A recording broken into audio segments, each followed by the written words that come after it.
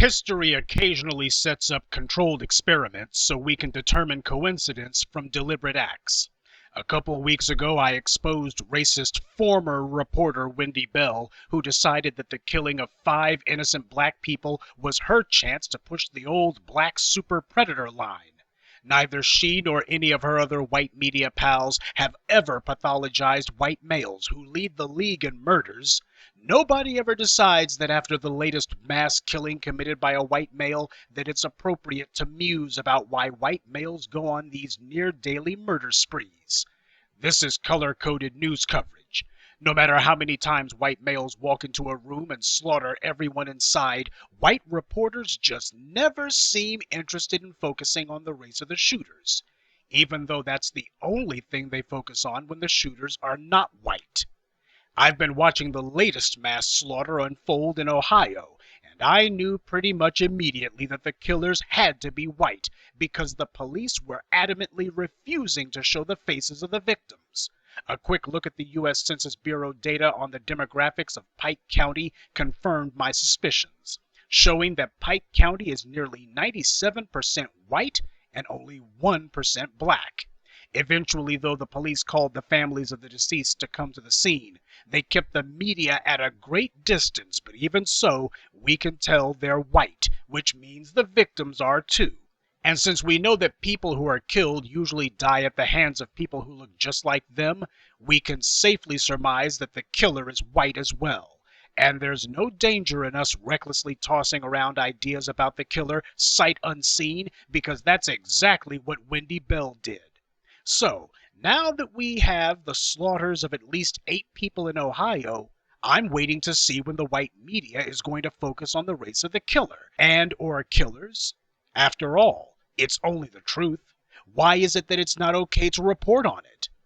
When will we see white reporters musing about creating mental sketches of the killers? White males living in a society that condones or makes excuses for everything they do wrong, or just ignoring it altogether, with delusions of entitlement engendered in them by a society, media, and families who refuse to hold them accountable. Their parents are the recipients of white privilege and raise their sons to be self-important psychopaths with no regard for life, their own or others. No, we won't get a truthful analysis like that at all. Instead, what we'll get is the same old whitewash from the white media. No matter how clearly sane the shooters will be, we'll still be told that they must have a mental problem. No matter how well off they are, we'll be told that it must have been their environment that's to blame. No matter how outrageously pampered they were by the society, we'll be told that they were somehow shortchanged in life because white males are just so put upon. Not a word will be spoken of white males taking personal responsibility for their behavior. And we certainly won't see anyone point out that perhaps it's because whites are never told to take personal responsibility that this continues to happen again and again. And what else we won't see is anyone in the white media who will dare to so much as hint that there's a clear racial pathology at work. A black man jaywalks, that means all black people are jaywalkers. White males go on a near-daily murder spree all day every day.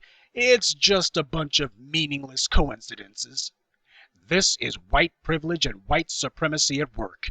White supremacy is an idea that everyone on Earth is to be assigned a place in a global racial hierarchy. It's an idea that they've forced or persuaded most of the world to adopt. But like all ideas, it has to be constantly promoted so people don't forget it or rebel against it. Whites are supposed to be morally superior, so when something like this happens, they have to make sure the reporting of it is framed a certain way, and the media narrative is as simple as it is perverted. The emphasis will stay on the killer, not on the deceased, except for the occasional sympathetic profile. No one will ask if the victims had criminal records. No one will ask if the victims dealt drugs or if the victims engaged in any sort of illicit activity. Any disparaging information about them will be ignored, or, if it can't be ignored, whomever brings it forward will be vilified. After all, the worst thing you can do is to smear the deceased, but only when they're white. Remember when Joe Glenowitz killed himself? And it turns out that he was taking money from a children's charity and that his wife was most likely in on it? For some reason, the media simply didn't feel the need to follow that story. No, Wendy Bell won't have anything to say, and neither will the rest of the keyboard cowards.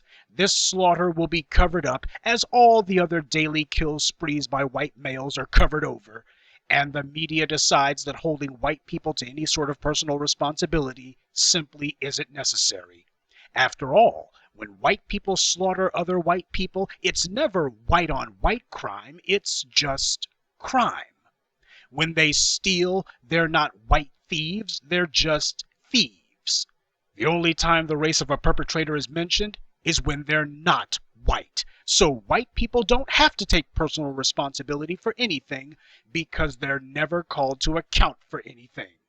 We instead talk in pointless abstracts about crime in general, which always leads to meaningless chatter about everybody steals and kills, not just one race. By letting the white media push their racist narratives, we've allowed them to set up discussions that are set from the start to steer the conversation away from white pathology. But only one group has the media keeping up a steady daily drumbeat against them, where the media and police will eagerly put out police sketches, unsubstantiated eyewitness accounts of black men doing this or that. They don't vet anything if they think they see a chance to blame a black man for something. Meanwhile, another group has all their criminal acts totally ignored. White criminals are treated with kid gloves. Dylan Roof slaughters a room full of people, and the cops take him to Burger King.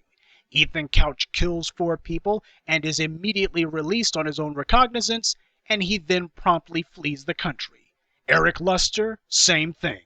And in case you hadn't heard, remember that 124-year sentence that Luster got back in 2003? Well, the appeals judge, a white woman, threw that sentence out and decided that Luster should instead be eligible for parole in 15 years. White privilege has not led white people to better behavior, it's instead led them to be able to afford more extravagant means of death and destruction. Yet no one in the white media dares to typify their behavior based on race, even though they are literally the only ones who do this.